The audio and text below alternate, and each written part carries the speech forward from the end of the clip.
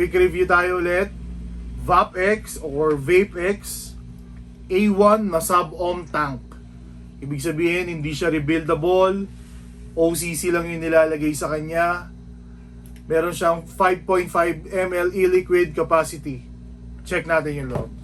Check na natin ngayon yung laman ng box. Yan. User manual. Tapos ito si A1 sub-ohm tank. Ayun siya. Kung makikita nyo may mga tubig-tubig, hindi yan dapat meron. Hinugasan ko lang siya kaya meron ganyan. Kasama sa loob si sub-ohm tank, isang spare coil, O-rings, ayan, purple, clear, black, straight glass na spare tank.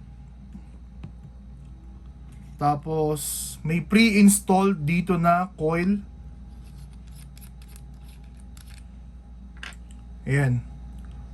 0.23 ohm, 55 to 75 watts. Same lang sila netong isa. 0.23 din siya. So, paano ilagay yung coil? Tanggalin natin to. Ayan, kung makikita nyo, may flat sa gilid. Ayan. Tatapat nyo lang din tong flat sides nung coil. Tapos, tutusok nyo lang siya. Kaya may guide no 55 to 75 watts. Ibig sabihin, minimum wattage nyo is 55, maximum wattage is 75. Saan ka maglalagay ng juice? Dito, tanggalin nyo lang yung buong top cup. Tapos, eto dito sa rubber na to sa gilid, tutusok nyo lang yung nozzle ng juice nyo. Ganyan. Ganyan yung pag-fill ng juice. Yan. So, dapat, ang juice na ilalagay nyo, freebase, pwede, ay dapat freebase pala, 50-50 ratio and 60-40 ratio. Huwag kayong gagamit na masyadong matamis na juice kasi mabilis makasunog ng coil. Pag ganyan, nabago yung coil, tapos nilagyan nyo ng juice, after 5 minutes bago nyo siya gamitin.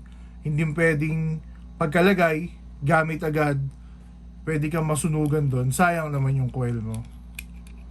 Balik nyo lang yung top cup. And ito.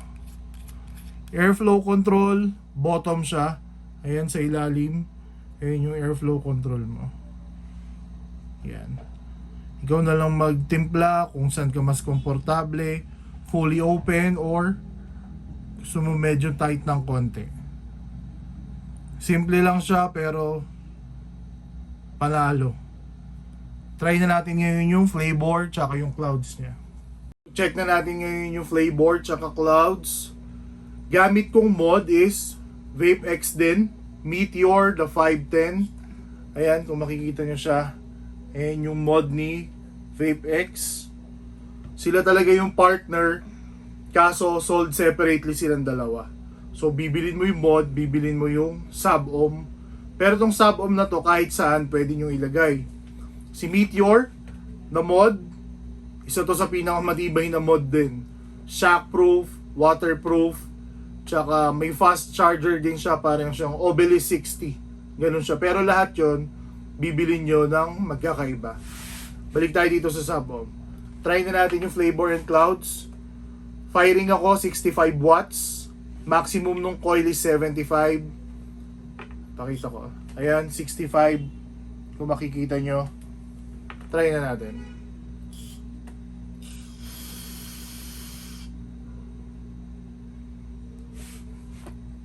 Gamit ko palang juice. Viscosity na Pink Deluge na 6 mg.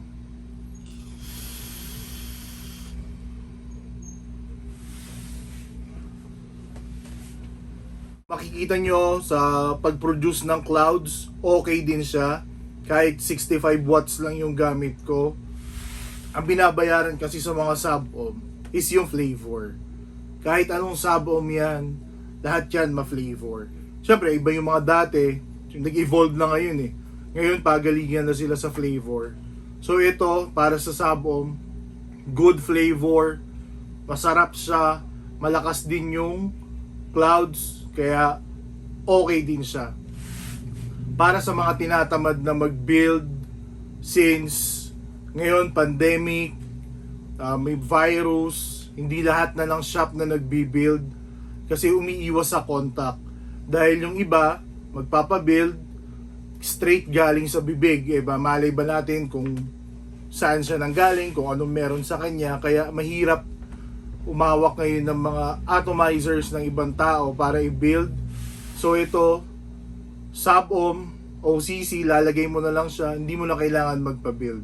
Kung hindi ka marunong mag-build, ito yung pwede sa'yo. Kasi nga, wala na ganong shop na nagbi-build ngayon. Pros and cons, sa con muna tayo. Sa con, ayun nga, tank siya na hanggang 75 watts lang.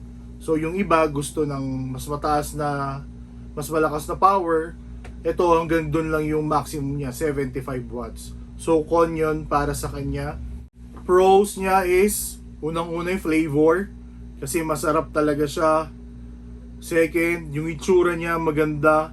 Pwede mong i-partner kahit sa vape, hindi lang sa brand na katulad niya. Pangatlo, proto para sa mga tinatamad na mag-build katulad ko.